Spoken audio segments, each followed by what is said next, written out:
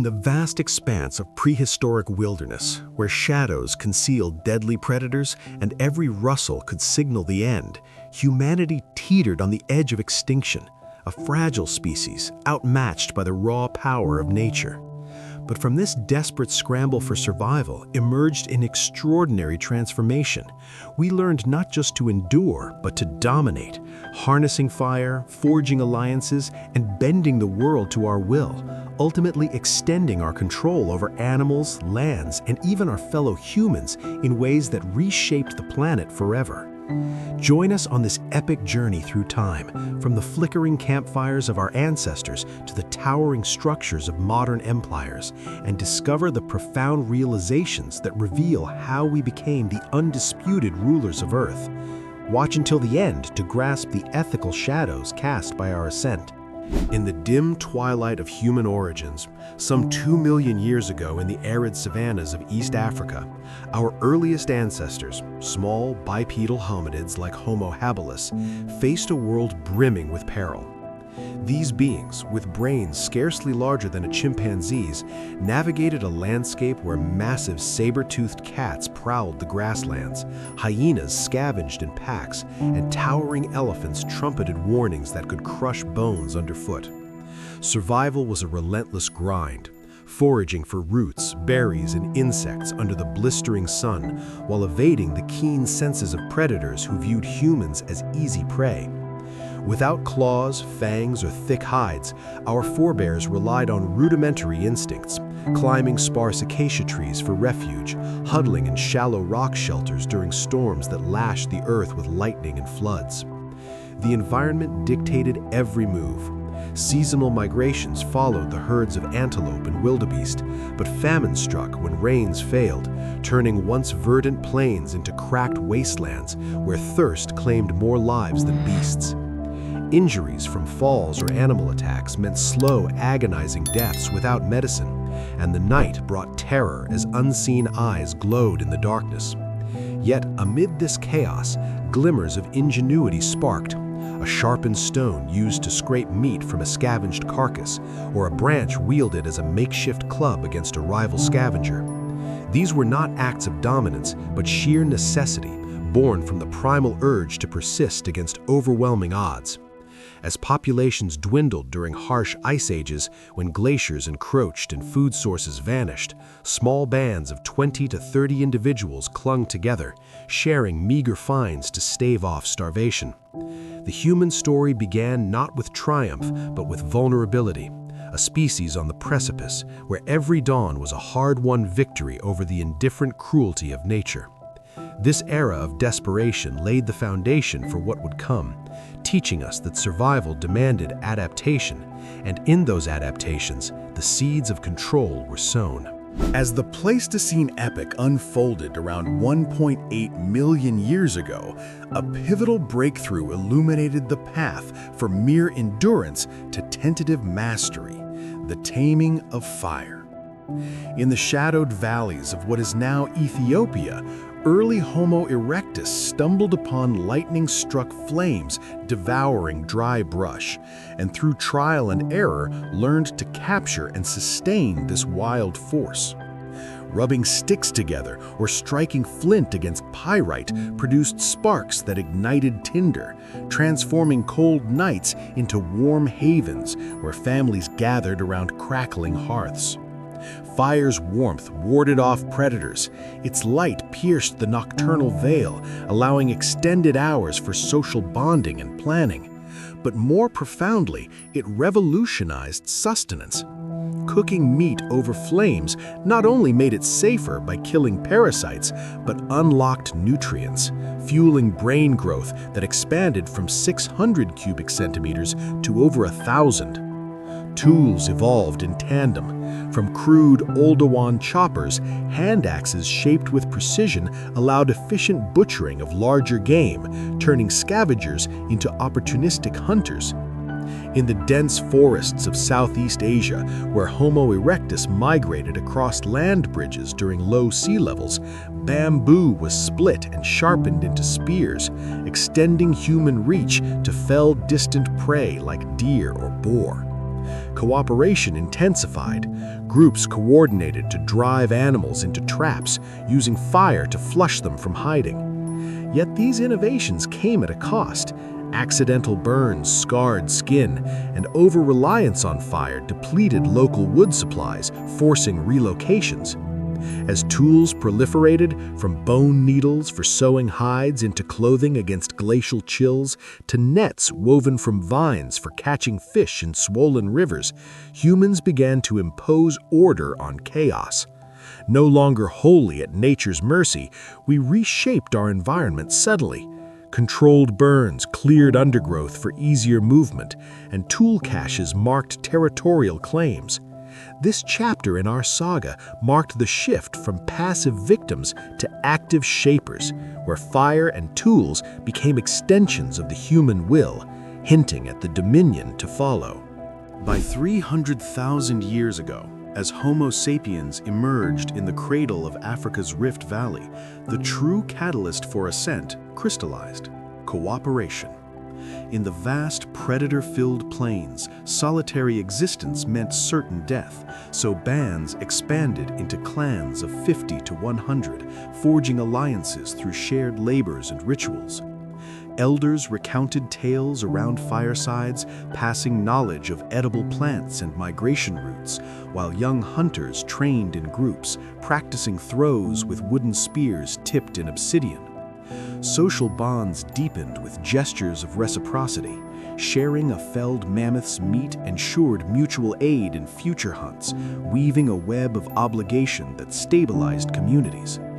In the ice-bound tundras of Europe during the last glacial maximum, where woolly rhinos roamed and blizzards buried landscapes in snow, Neanderthals and early sapiens alike formed hunting parties, encircling prey with coordinated shouts and drives, dividing spoils based on contribution. Language blossomed from grunts to complex vocabularies, enabling intricate planning. Flank left while I distract, turning disorganized chases into strategic ambushes. Rituals cemented unity. Burials with ochre and tools honored the dead, fostering a sense of continuity and shared identity. Conflicts arose, too. Rival groups clashed over watering holes, but truces formed through intermarriages, expanding gene pools and knowledge. Women gathered roots and berries, innovating storage in woven baskets to survive lean winters, while men risked hunts, but roles blurred in necessity. This era birthed hierarchies. Skilled hunters gained status, their voices carrying weight in decisions, laying groundwork for leadership. As seas rose and fell, migrations to Asia and beyond relied on collective memory, stories of safe paths across mountains or rivers. Cooperation wasn't altruism, but calculated survival, yet it amplified human potential, transforming isolated individuals into formidable collectives capable of outlasting solitary beasts. In these bonds, the blueprint for control emerged as unified groups began to exert influence over resources and territories. Around 12,000 years ago, as the Ice Age thawed and warmer climates blanketed the Fertile Crescent's rolling hills, humanity pivoted from nomadic foraging to deliberate cultivation, the dawn of agriculture. In the lush valleys where wild wheat and barley swayed in gentle winds, women experimenters noticed seeds sprouting from discarded husks, inspiring intentional planting. Using digging sticks to till soil softened by seasonal floods from rivers like the Tigris and Euphrates, early farmers sowed grains in neat rows, irrigating with hand-dug channels to combat droughts. Domestication followed. Wild goats and sheep, once hunted, were herded into enclosures of thorny branches, selectively bred for docility and milk yield, turning predators' quarries into reliable food sources. Villages sprouted. Mud brick huts clustered around granaries where surplus harvests, barley porridge, and flatbreads were stored in clay pots sealed with resin, guarding against rodents and famine. But this shift demanded toil, backs bent under the sun weeding fields, hands blistered from grinding stones into sickles for reaping. Pests ravaged crops, floods washed away labors, yet innovations like crop rotation preserved soil fertility. Populations boomed, from scattered bands to settlements of thousands, as reliable food freed time for specialization. Potters crafted vessels, weavers spun wool into cloth. Animals pulled plows fashioned from antler and wood, furrowing deeper soils for higher yields. Trade networks emerged, exchanging obsidian tools for seeds across distant hills, fostering interdependence. Yet agriculture anchored humans, making them vulnerable to local disasters, droughts that cracked earth and starved communities. This revolution marked the first true control over nature. No longer chasing sustenance, we commanded it to grow at our bidding, reshaping landscapes into terraced fields and pastures, setting the stage for permanence and power. With agriculture's roots firmly planted by 8000 BCE in regions like the Nile Delta's fertile floodplains, humans transitioned to permanent settlements, exerting dominion over land and resources. Mud brick homes evolved into clustered villages fortified with reed walls against floods and raiders, where families tended plots marked by stone boundaries, early claims of ownership. Irrigation systems expanded.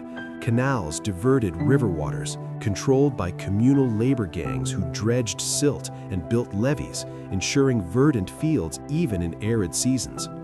Granaries swelled with emmer wheat and lentils, guarded by appointed overseers to ration during scarcities, preventing hoarding and fostering equity. Livestock pens dotted the landscape, with cattle branded by hot irons to denote belonging, while beekeepers harvested honey from woven hives, adding sweetness to diets. Specialization flourished.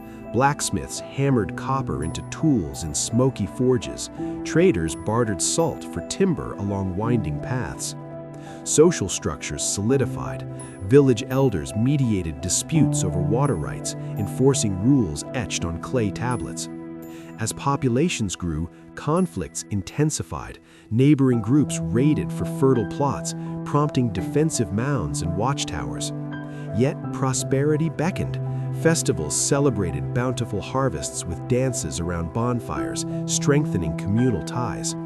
If you're enjoying this journey through humanity's remarkable evolution from survival to mastery, consider liking this video and subscribing to dive deeper into more stories of our past. This era of settlement transformed transient wanderers into stewards of the earth, where controlling land meant dictating life, planting, harvesting, and defending, paving the way for hierarchies that would elevate some above others. By 5000 BCE, in the sun-baked plains of Mesopotamia, settlements burgeoned into city-states like Uruk, birthing formalized power structures and laws to orchestrate growing complexities. Charismatic leaders, often skilled warriors or shrewd administrators, emerged from elder councils, claiming divine mandates to oversee irrigation projects that spiderwebbed across fields, ensuring equitable water distribution amid rival claims. Palaces rose from baked bricks, adorned with intricate mosaics of lions and eagles, symbolizing authority, where rulers convened scribes to inscribe cuneiform codes on tablets, Hammurabi's later echoes in an eye for an eye, regulating trade, deaths, and punishments. Armies formed, conscripted farmers wielding bronze spears to protect borders from nomadic incursions, expanding territories through conquests that seized fertile valleys. Taxes levied in grain or labor funded monumental ziggurats, terraced temples reaching skyward, where priests mediated between gods and people, reinforcing the ruler's godlike status. Social strata crystallized. Nobles in fine linen oversaw slaves captured in battles, toiling in quarries or weaving textiles. Justice systems evolved, with trials before assemblies where witnesses swore oaths on sacred symbols, deterring theft and murder through floggings or reparations. Yet oppression simmered. Harsh laws favored the elite, sparking revolts quashed by loyal guards. Trade empires linked cities, exchanging lapis lazuli for cedar wood via donkey caravans, enriching rulers who amassed wealth in vaulted treasuries. This chapter heralded the human pivot to internal control. No longer just battling nature, we structured societies with hierarchies and edicts, where rulers wielded laws as tools to command obedience and forge order from burgeoning chaos. As civilizations matured around 3000 BCE in the shadowed temples of ancient Egypt along the Nile's life-giving banks, religion and ideology became potent instruments of control, binding masses to authority. Pharaohs, deemed living gods, orchestrated rituals in colossal pyramids, structures of limestone blocks hauled by thousands, symbolizing eternal order, where offerings of bread and beer appeased deities like Ra, ensuring floods and harvests. Priests, clad in white linen, interpreted omens from star alignments, dictating planting seasons and justifying the pharaoh's decrees as divine will. Ideology permeated daily life. Myths of Osiris's resurrection taught loyalty and resurrection, quelling dissent by promising afterlife rewards for obedience. In Mesoamerica's humid jungles, Mayan kings performed bloodletting ceremonies on stepped pyramids, their crimson offerings to gods like Kukulkan ensuring rain, while calendars etched in stone predicted eclipses, awing subjects into submission. Fear intertwined with faith. Heresy trials in later epochs, like Mesopotamia's exorcisms against evil spirits, isolated rebels. Temples doubled as economic hubs, collecting tithes in grain to redistribute during famines, fostering dependence. Propaganda flourished. Colossal statues of rulers as benevolent protectors dotted landscapes, masking exploitation. Yet these systems inspired unity. Pilgrimages to sacred sites forged cultural identities, transcending tribal divides. Ideology evolved, from animistic spirits in early shrines to monotheistic edicts, always serving to legitimize power. In this weave of belief and intimidation, humans mastered not just the physical world, but minds, turning abstract fears into chains of control that endured across millennia. By 2300 BCE, in the dusty expanses of Akkad, Sargon the Great forged the first empire, unleashing waves of conquest that epitomized humanity's drive for territorial dominance. Armies of spear-wielding infantry, backed by chariots thundering across plains, swept through city-states, toppling walls with battering rams, and incorporating vanquished lands into vast domains, stretching from mountains to seas. Emperors like those of Persia later built roads of packed earth, linking distant satrapies, enabling swift troop movements and tribute collection. Gold, spices, and slaves funneled to capitals like Persepolis, where grand halls echoed with multilingual decrees. Expansion demanded innovation. Siege engines catapulted stones over fortifications, while navies of reed boats patrolled rivers, securing trade routes against pirates. Cultural assimilation followed conquest, imposing languages and customs, as Alexander's Hellenistic wave blended Greek philosophies with Eastern traditions, creating hybrid societies. Yet overreach bred resistance. Revolts in subjugated provinces, fueled by heavy taxes, were crushed by legions enforcing loyalty through public executions. Empires reshaped landscapes. Aqueducts channeled water across arid empires like Rome's, feeding metropolises where colosseums hosted gladiatorial spectacles to distract the masses. Administrative genius shone. Censuses tallied populations for conscription, while spies infiltrated borders to preempt threats. The cost was immense. Battlefields littered with fallen warriors, families torn by enslavement. But empires amplified control, turning local rulers into global overlords who redrew maps and fates. This era of expansion revealed humanity's insatiable hunger, where survival's echoes fueled the subjugation of peoples and places in pursuit of unyielding power. In the smoke-filled forges of the Industrial Revolution around 1760 CE in Britain's misty valleys, technology surged as the ultimate enabler of dominance, mechanizing control over nature and societies. Steam engines puffing with coal-fired fury powered factories where looms wove cotton into textiles at unprecedented speeds, displacing artisans and concentrating wealth in industrial barons' hands. Railroads snaked across continents, hauling resources like iron ore from distant mines to urban hubs, shrinking vast lands into manageable networks under centralized command. Inventions cascaded.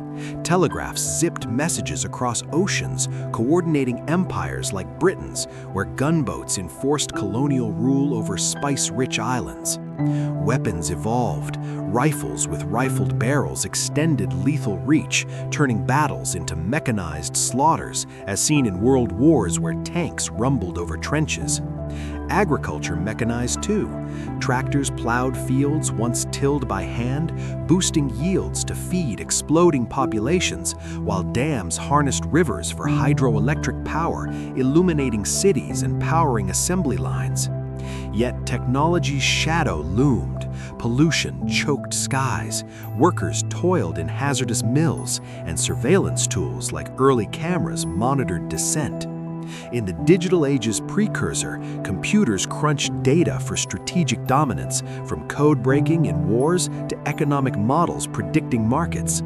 This technological leap transformed control from physical to systemic, where machines amplified human will, subduing the planet's resources and populations with efficiency that bordered on omnipotence, yet at the price of environmental strain and ethical dilemmas. In today's interconnected world, from bustling megacities like those in Asia's neon-lit skylines to remote surveillance outposts, modern systems weave an intricate web of control through economics, surveillance, and influence.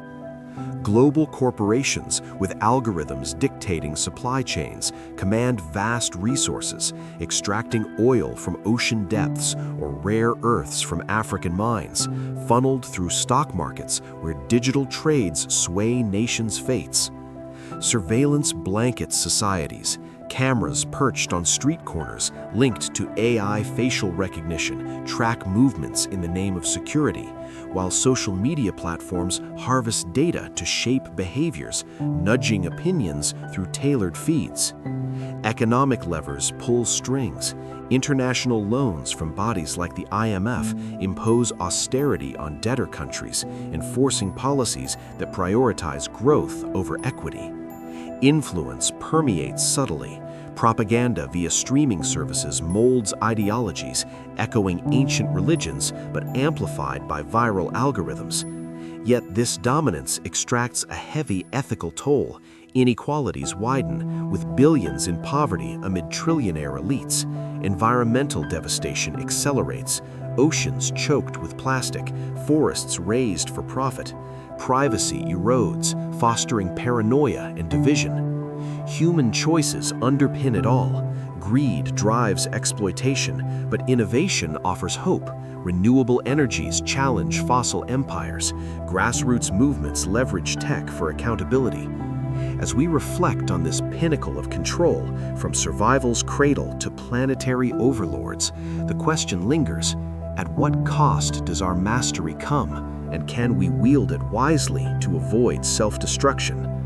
This ethical reckoning challenges us to balance power with humanity, lest our rule unravel the very world we command. As we conclude this exploration of humanity's extraordinary journey from fragile survivors to planetary rulers, reflect on the profound choices that shaped our world and the responsibilities they entail. Thank you for joining us on this immersive voyage through time. Your presence means everything. We invite you to share your thoughts in the comments below. What aspect of our ascent surprised you most, and how do you see it playing out today?